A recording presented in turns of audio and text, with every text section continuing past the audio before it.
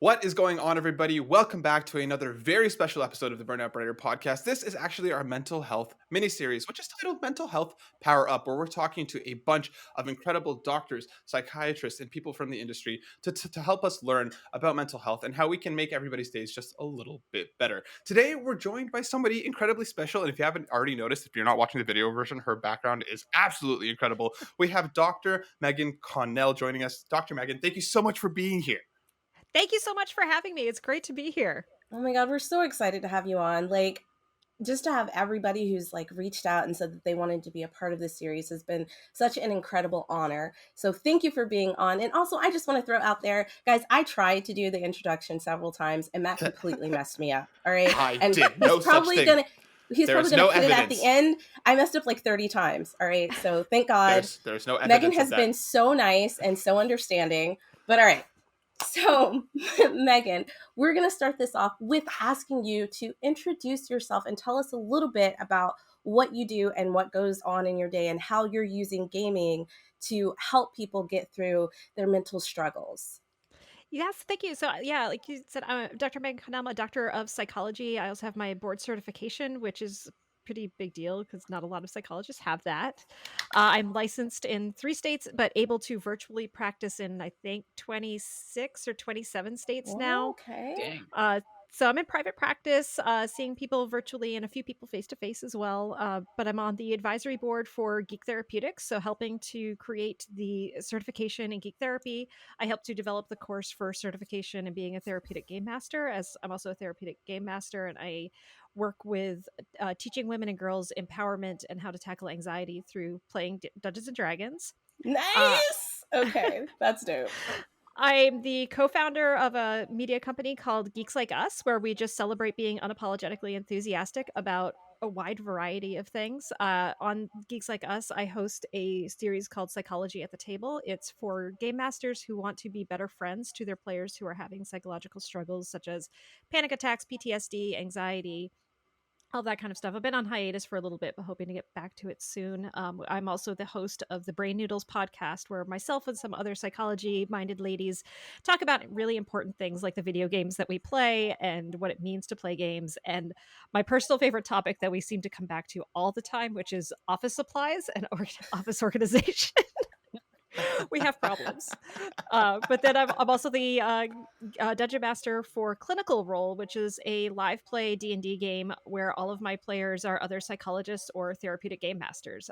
And it's super fun. We are just about to wrap up campaign 1. We've got maybe 3 games left.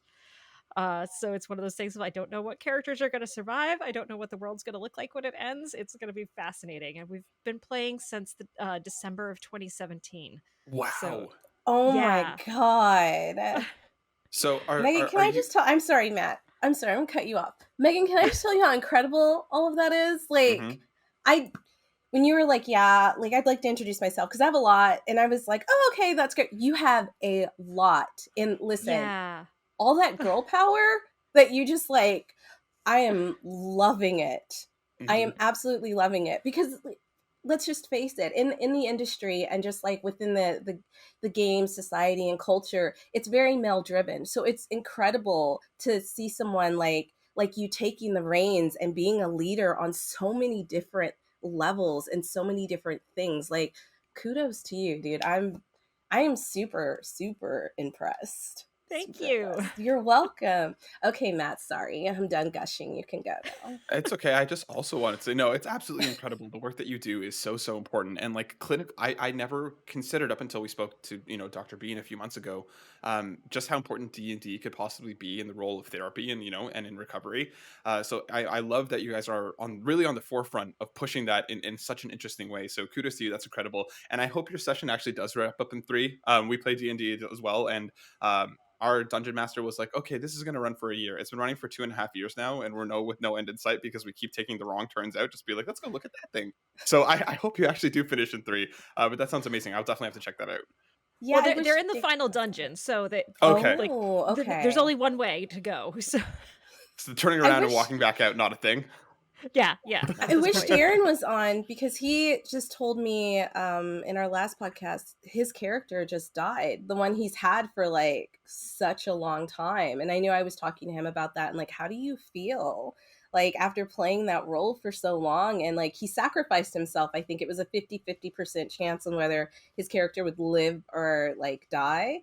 So I was like, "Oh, did you know your character was going to die?" And he's like, "No." And I didn't want him to die, but I was like, "Man, like how do you deal with losing something that's been a part of you for so long?" Mhm. Like, and I think there's like some psychology in that too, and like some what was the word I was going to say, like a feeling of loss, like playing Oh, characters yeah. that like you have to lose, and like that emotional connection that you have with that character. And I never really thought about that because I've played D&D a couple of times but never long enough to really connect with my character in a way where it was like, I got emotional. And he was telling me like the other players that were playing with him, some of them like had tears in their eyes and things like that. And I was like, that's really incredible to like play a game for so many years and have like your character affect so many other people. And I know that was a tangent, but for people who don't play D&D, like it really is an emotional experience. No, it really, really is, and, like, on top of everything else, I'm almost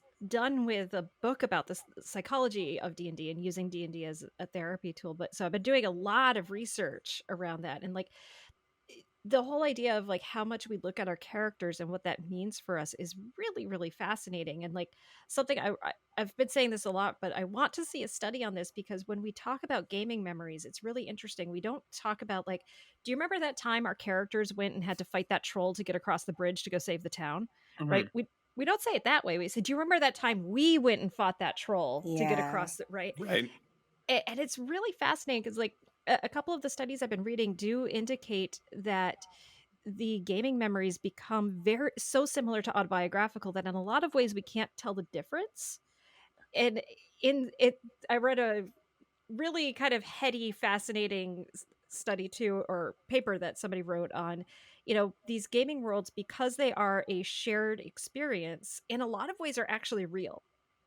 Mhm. Because like Yeah. reality is just what we agree is real.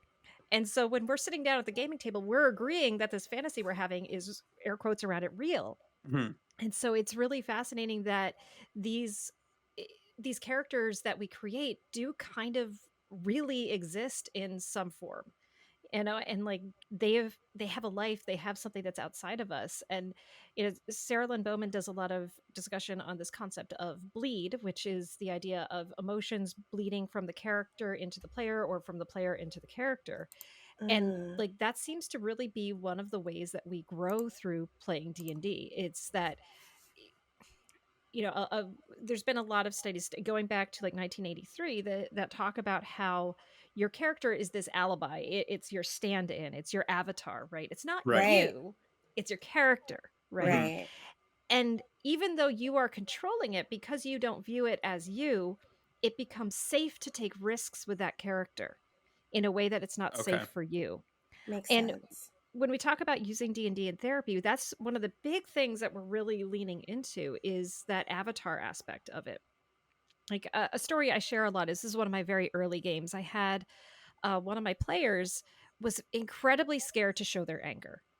And a lot of times depression can be anger turned inwards, and that was what I was seeing with this person. It was like they were angry, but they were Mhm. never willing to express it because they had to be a pleasant, fun, happy person, right? Mm. Right. And so they always kept bringing it in.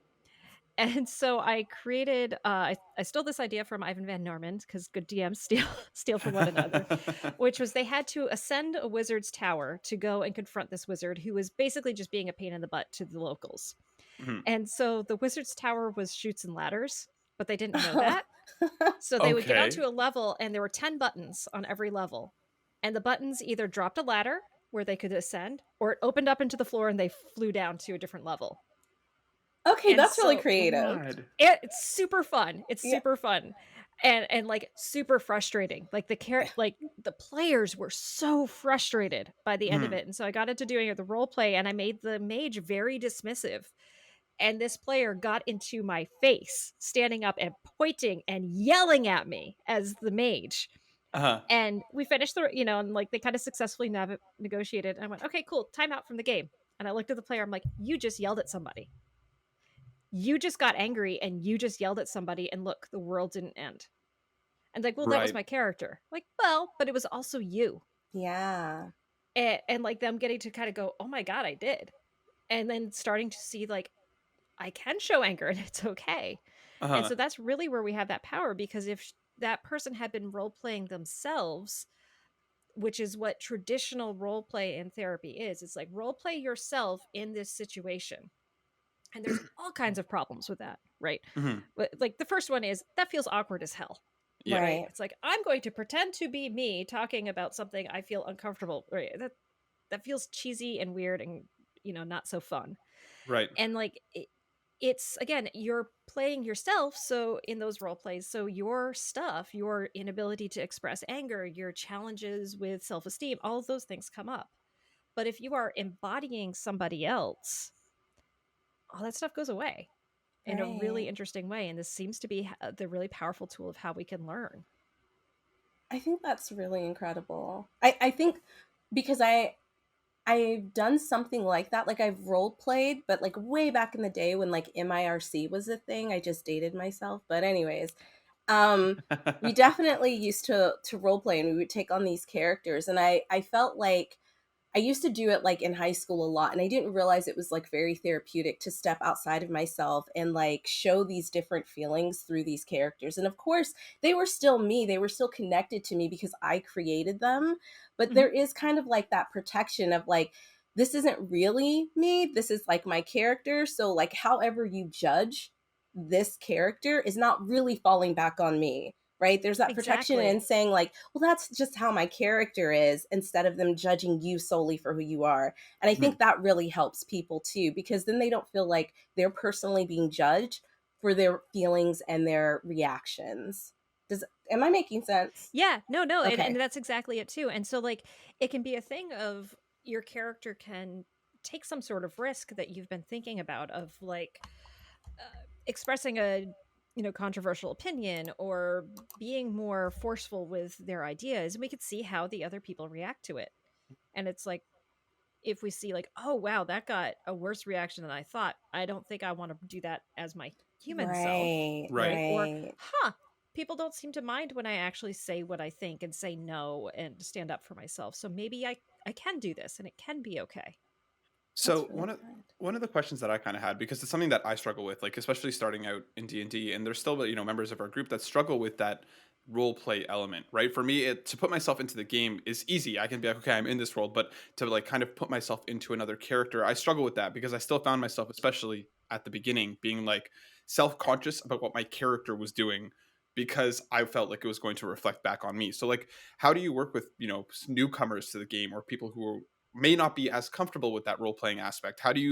What's kind of like the first step in helping them open in that space so that they can start, you know, Yeah. understanding it Oh, better? that is an awesome question. And I think like one of the big things with that is scaffolding.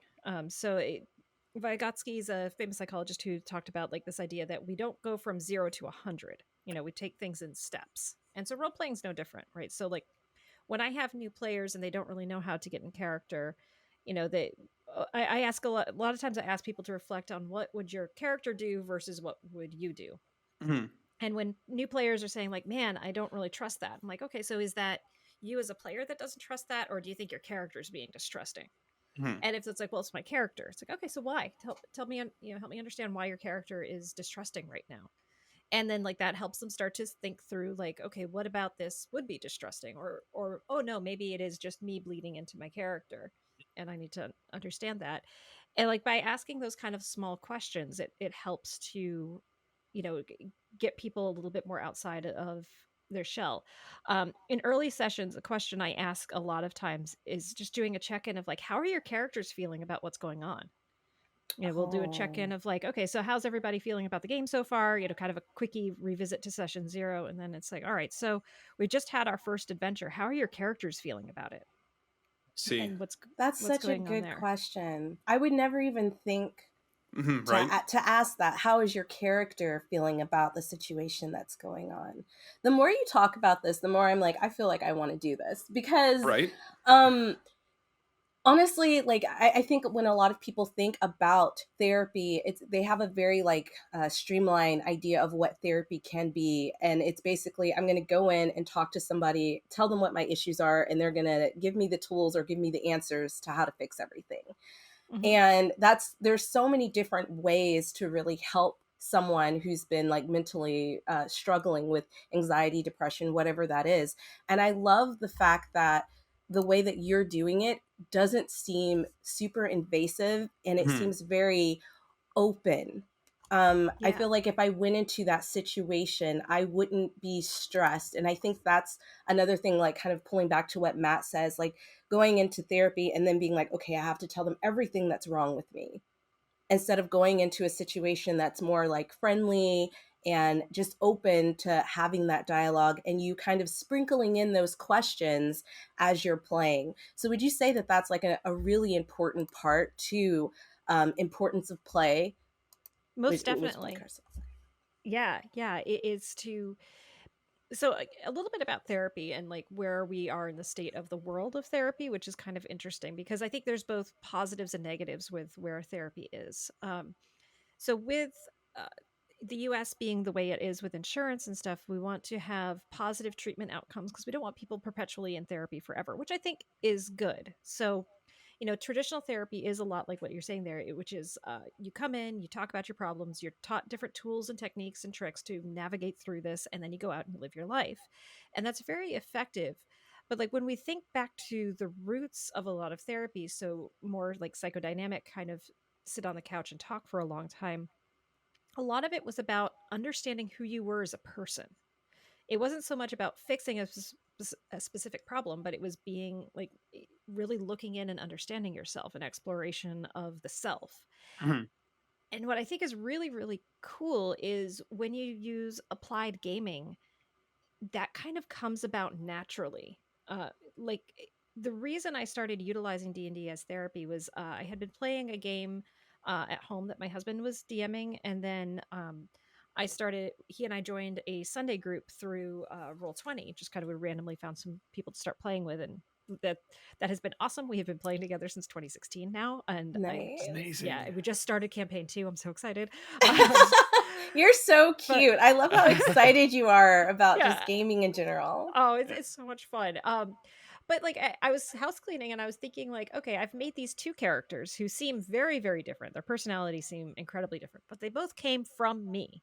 Mhm. So they've got to have some stuff in common. And when I started finding out when I figured out their commonalities, I had this kind of like sinking feeling of like, oh my God, like this is a core issue for me. This is something I really need to work on.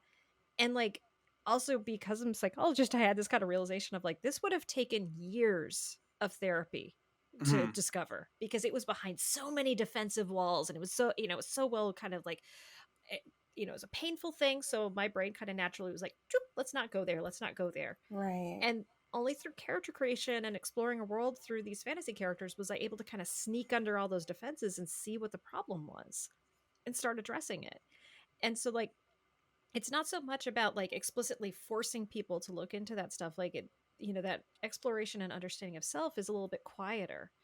um, One of the most powerful things I think I've ever experienced as a therapeutic game master was the situation where my players were they decided that they wanted to basically fight some sort of evil cult. And so with everything they I let my players help with world building, and so they decided the Duolingo owl was the leader of the cult. My God, yes. So I'm like, okay, some sort of evil, deity that has to do with knowledge, and Vecna was the one that fit the most. So I was like, okay, so they're trying to get the Hand of Vecna. The Hand of Vecna is in possession of it's a part of a black dragon's hoard. And so their plan was, okay, we're gonna go sneak in and try to steal it. I'm like, all right, that's risky, but go for it. They completely failed their stealth checks and were spotted. And so I'm like, cool, this is the part where they run away. And my players, being players, went, no, no, no, no. This is the part where we negotiate. Yeah. Okay.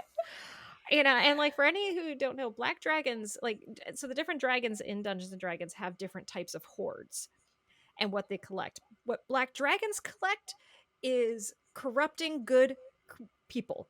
Like, they want to find Mm, good people and they want to corrupt them as fully as No. possible.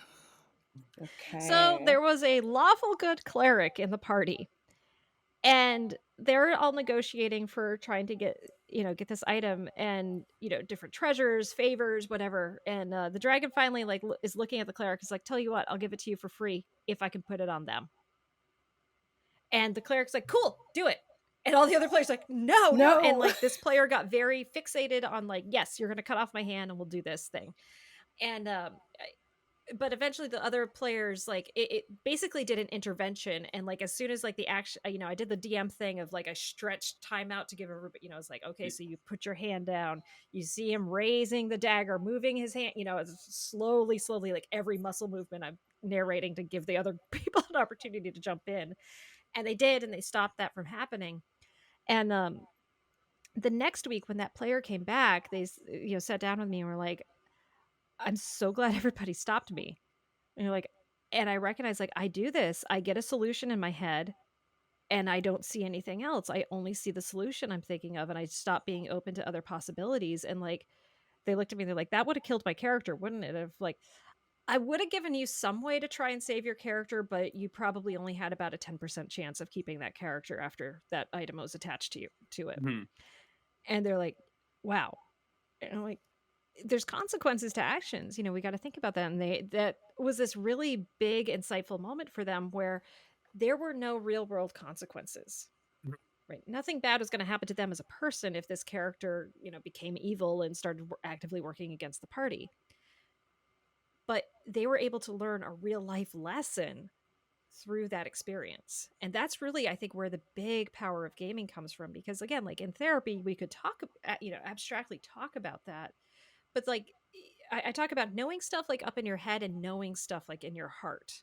Right. Mhm. And Mm. like this player knew in their heart this challenge that they were going to have, and now was more aware and being on the lookout for it in their day-to-day life than they would have if we had just talked about it till they knew it in their head. I That's think so that's incredibly important. interesting. Yeah. Because I think subconsciously these things are coming up when they're creating their characters, possibly, Mm-hmm. and reacting. So they're not thinking about it. So you're able to see a lot more of what may be affecting their day to day just decisions and how they're handling situations in their life. And I never really thought about it that way. But as you were talking about it, I was thinking about characters that I've created in the past that might have been a little toxic. And I'm like trying to like have inner monologue as you're, like maybe that's It's why I do my characters like that, like, yeah. Mm-hmm. wow. It's also Okay. super interesting because I feel like it's just that difference of you can be told something over and over and over again, and you can, like you said, Mm-hmm. understand it here, but to actually go through it, whether it's through an avatar or not, right, to have that kind of like almost hands-on experience to go through something like that, to be like, oh wow, okay, I can see now where this is coming from. And it's that, just that extra level that I feel like a lot of people need. For myself, I can understand something, but if I don't kind of go through it, it makes it harder for me to really truly get it. And I know we're starting to run long on time here a bit, D, before our third segment, but can I ask one more question before we go into the Yeah, last segment? no. Okay, perfect.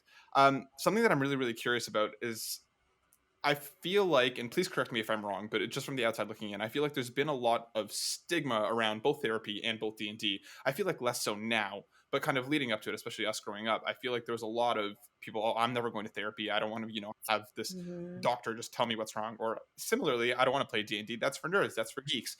Do you run into a lot of stigma on both accounts now when either A, approaching other clinicians to be like, hey, look, this could be a good idea for you, for a way to you to interact with clients, and B, with possible clients who are like, no, I would never want to play D&D for therapy. What do you mean? Like, do you still run into those kind of walls on both sides?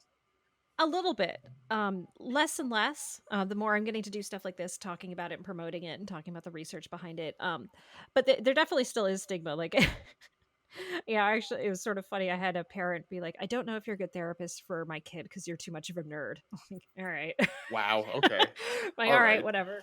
Yeah, like Wouldn't you I. want the person to be like a nerd though? You'd Like, think, you Right. would think. Okay.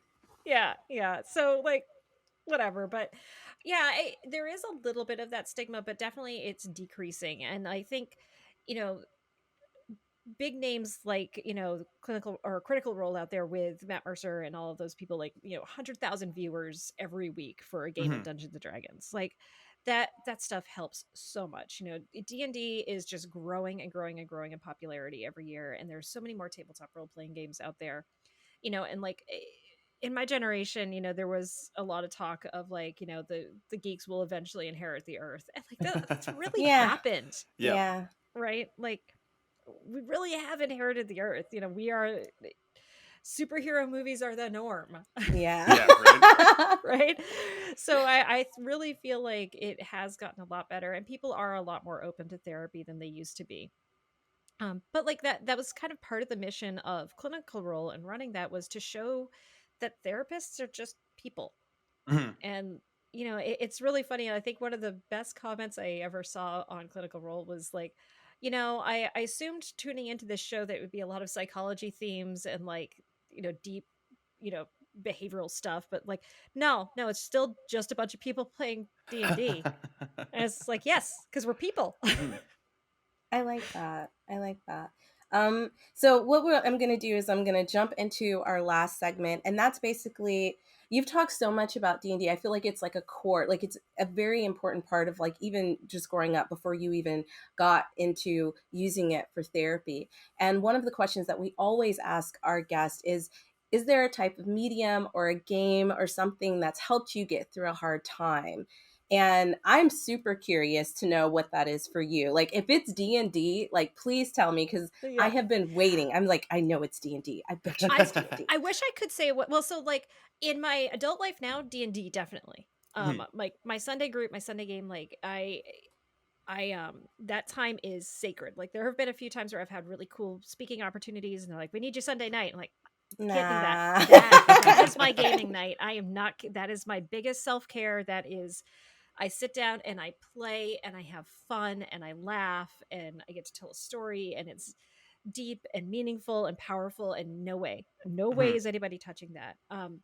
I think though in the past, like it's always been fantasy has been the biggest help to me. um I remember Mercedes Lackey's Valdemar series, specifically the Arrow of the Queen trilogy, kind of came into my life at a time when I really needed it.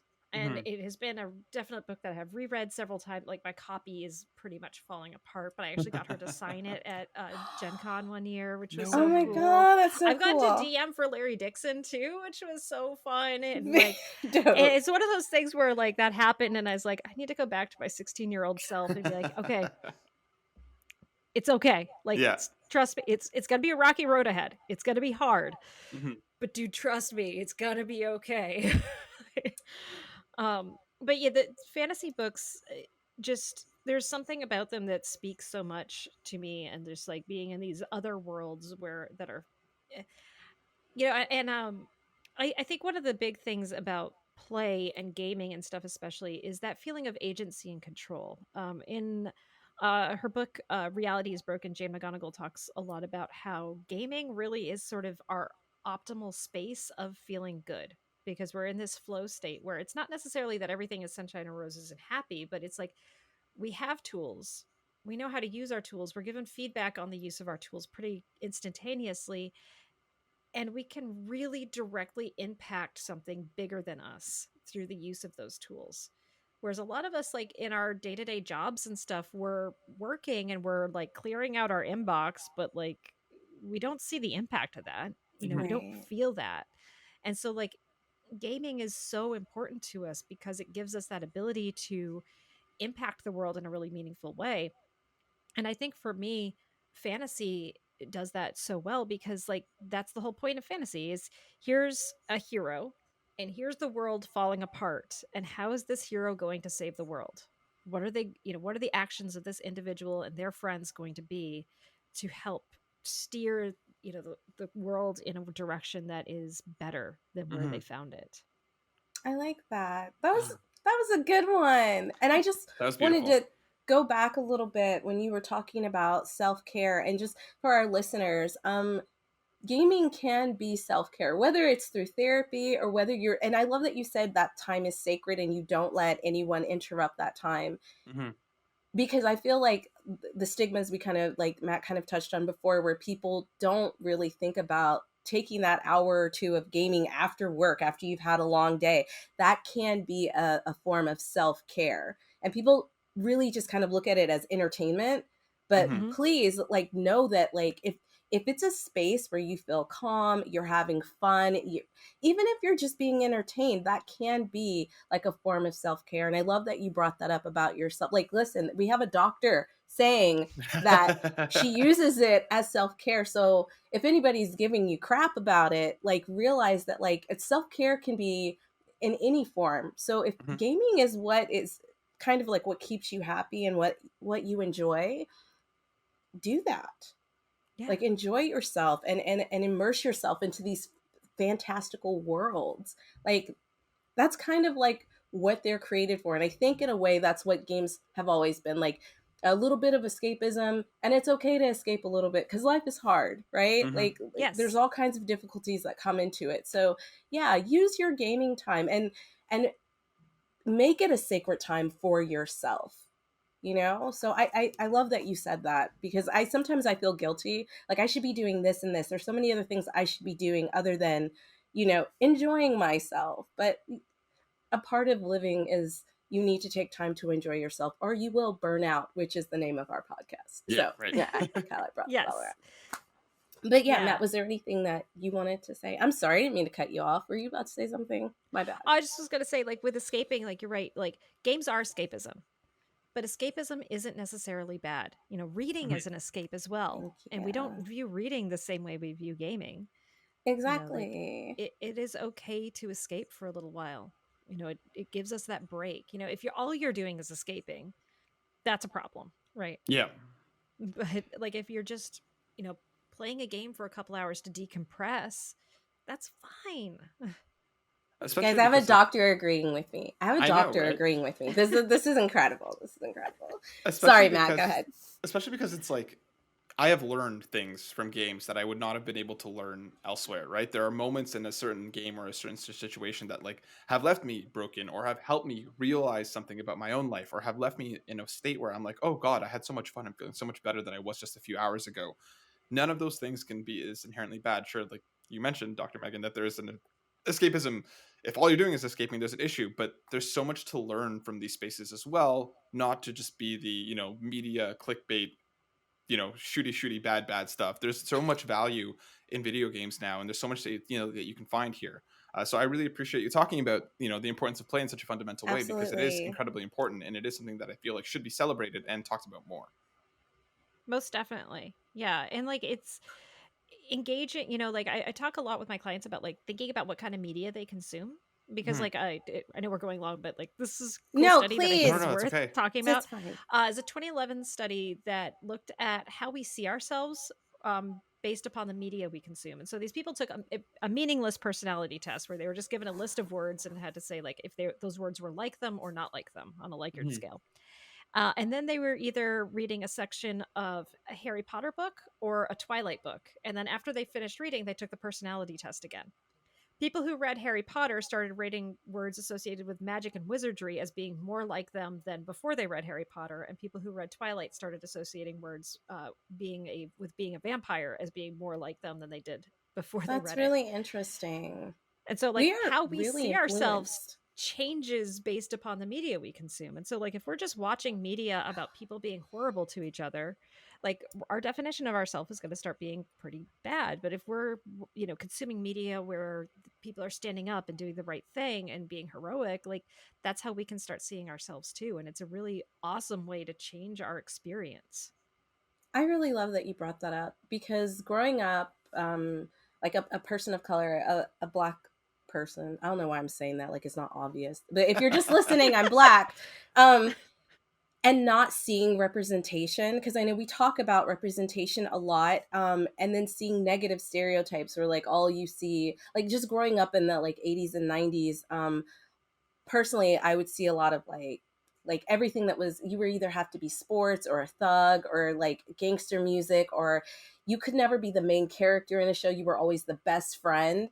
And I never realized how much that affected me.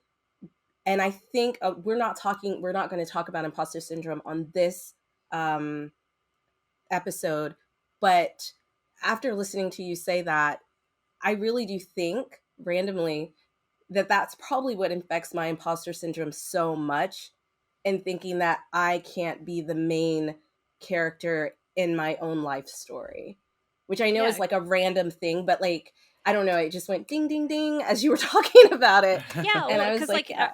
the media we consume is our template, and it's how we understand the world. And like that's why, like, I love the folks who did Sesame Street because they really were intentional about, bringing in people of color and bringing in people with disabilities and trying to show all of that to young kids because they understood that like kids like me who grew up in the country didn't see a lot of this stuff, and to show like those differences and how important that all is, and like i I can even remember, sorry, we're going off on a tangent, but I I do it all the like time. Go ahead.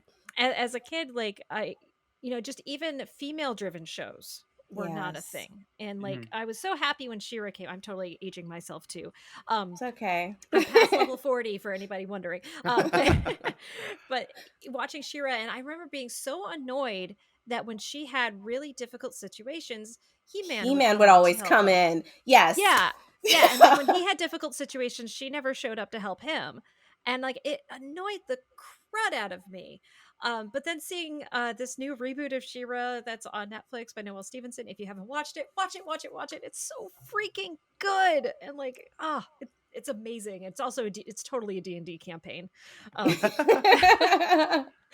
but it, just seeing that stuff and like getting to experience shows now where, you know main characters are people of color, where people are queer, people, people are it's a female driven narrative rather than a male driven narrative. It's so fascinating and so wonderful, and it does change how we see ourselves and understand the world. Oh my God. Look, I just want to say, we are running on, but I want to say thank you, thank you, thank you so much for coming on. Like, what I think me and Matt have been taking away from these episodes that we're doing is like they've been so therapeutic in ways that we both didn't even expect. Mhm. And not even talking about ourselves, but just listening to our guests talk about the struggles and how they've been going through things. And it's just been such an enlightening experience. And please keep doing what you do. I know I don't need to say that. I know you're going to, but we don't have many female guests coming on, and I'm just so excited that we got to talk to you and that you're a woman. Like, listen, I'm going to say it. I'm so excited that you're a woman and that you're into the same things that I'm into, and that there's like a connection, and that for our female listeners, they're going to pick up on that too. So, Dr. Connell, thank you so much for coming on to our show today. And really quickly, if there's any way that our listeners can follow you, I know you mentioned a podcast, which me and Matt are definitely going to subscribe to. Can you please tell our listeners where they can find you? And we're also going to put all of those details down below so you guys can easily click and find and just, yes, please, please. Yeah. Tell us again. So my website is megansidey.com. I'm on Twitter at Megan Sidey, and then also at Geeks Like Us. On our Twitch, the E's and Geeks are threes. So Oh, G3S lead like speak. us.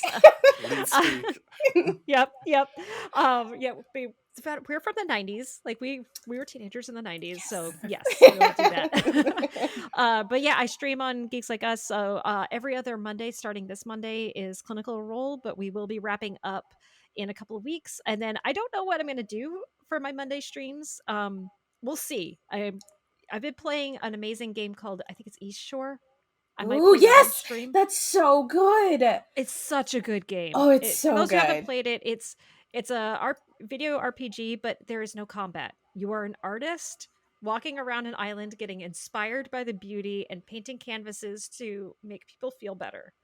And like it is a joy to play. And so I We'll have to probably will drop play that down below too for Yeah, anybody I who wants will. to check out that game. I saw Matt, like, his I eyes just lit up pulled it up. and he Yeah. started looking it up. Yeah. Yeah, Yeah. that's what I So just did. It's great. It is. I'm loving playing it so much, and like all the people. It doesn't have people in it. It's anthropomorphized, like different.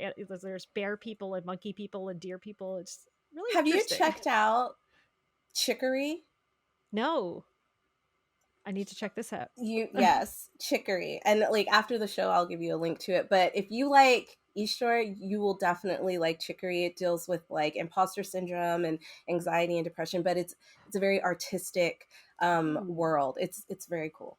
It's also Oh, I'm cute gonna as have to heck check because that out. you're It's a so little cute. dog. Your little Yeah, dog. and That's we'll drop adorable. that down below too Yeah. if you guys want to check Oh, out that sounds Chicory. amazing. Yeah. And then for anybody who's wanting to learn more about utilizing games in therapy, through Geek Therapeutics, I do the certified therapeutic GM training, and then certified geek therapist training. I do a lot of those trainings there. So Incredible.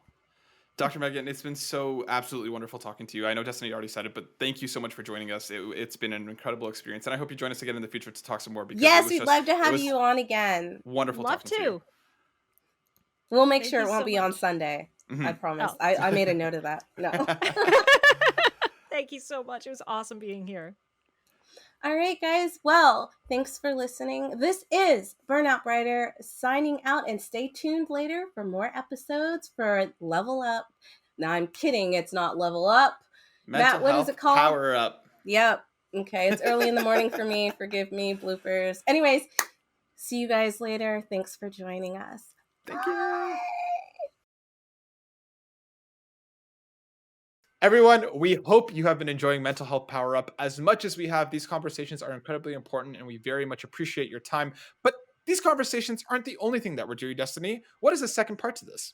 Guys, the second part is pretty baller. So, we are going to be asking you guys to donate money and share the information about the podcast, but specifically about Guardians Mental Health. They're this great organization that uses geek culture, the things that we absolutely love, comics, gaming, video games, to kind of help people who are struggling mentally and in a therapeutic way. And they put together these kits that they send out, and you don't have to pay for these kits. This is one of the most amazing things about what this organization is doing. They're sending out these kits, but obviously it takes money to print the materials, to get everything put together. And that's why we're raising money for them, because we want to help them so that they can help more of you guys. And Matt has got some amazing details about what you can win if we reach certain tiers. That's right. You just need to donate to be entered. There is no amount that is too small or too large. Whatever you're able to do, $10 is what it costs to make these kits. So if you can do that, fantastic. If you could do absolutely anything, we would appreciate it. As we hit different stretch goals, we are going to be giving out different amazing gifts that we have for some amazing people that we're working with. So please hop over to that link, take a look. If you can donate, please do so. And you might just win something cool for yourself as well. Because again, every little bit can make a difference in someone's life. So we thank you for taking the time to do so. If you can, if you can't, Destiny, if somebody can't donate, what else can they do to help? They can just share the information. Share it to your social media platforms, Twitter, Instagram, Facebook, wherever you have like a place that you like to interact with people online, share that information.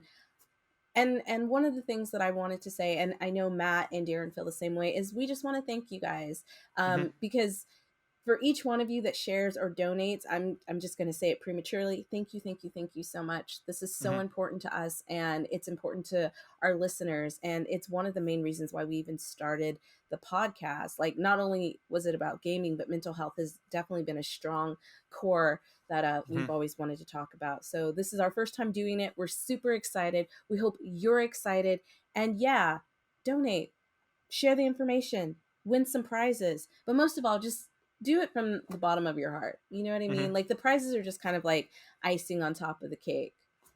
Exactly. So please be there for one another. Help us reach other people who might need to hear some of this because we know how much it's helped us. So thank you, thank you, thank you. Like Destiny said, we'll see you on the next one, everybody. All the links will be in the show notes below. Check it out. Bye.